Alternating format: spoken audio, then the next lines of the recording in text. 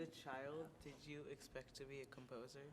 I always knew I was going to be in music, and I wrote my first pieces when I was 8. I'd always made up songs before then, but somehow it seemed perfectly natural to write a song as well as play it on play other people's songs or pieces on the piano.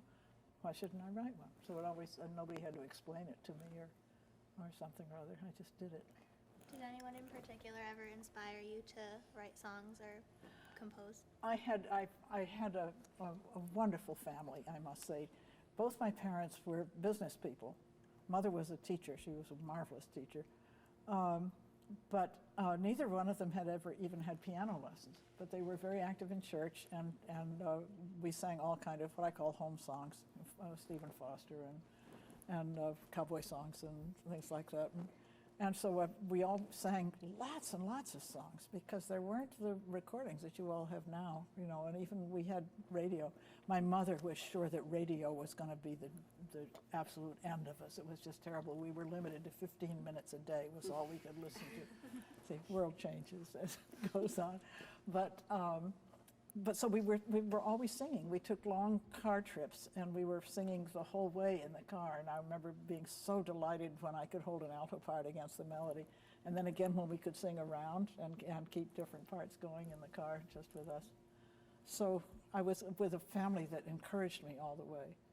And they never told me, oh, well, you can't be a composer because you're a woman. They would never have said that.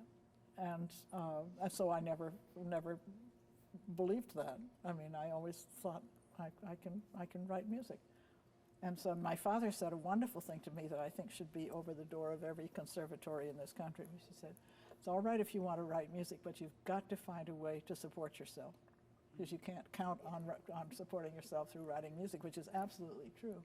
So you teach and you do seminars and classes, and you're working all the time at different things, but you keep working so that you can always have time to do the thing that you really love the most, and that's the composing for me.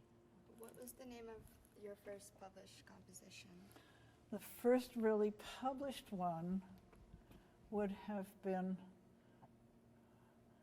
an album that I worked on with my teacher, whose name was Robert Shaw, and he was a wonderful conductor.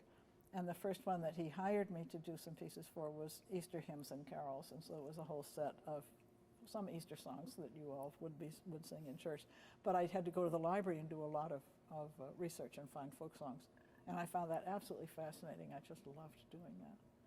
But I'm thinking also when I was in high school, I wrote a piece for a choir that I was singing in the summer, and they said they would do it if I wrote a piece. So I found a lovely text by Archibald MacLeish, who also lived up in this part of the world, and wrote a piece. And it was very early. I hadn't written a whole lot of things before, but it was so wonderful to have that experience of writing it and having a choir sing it, and I got to conduct it on the concert.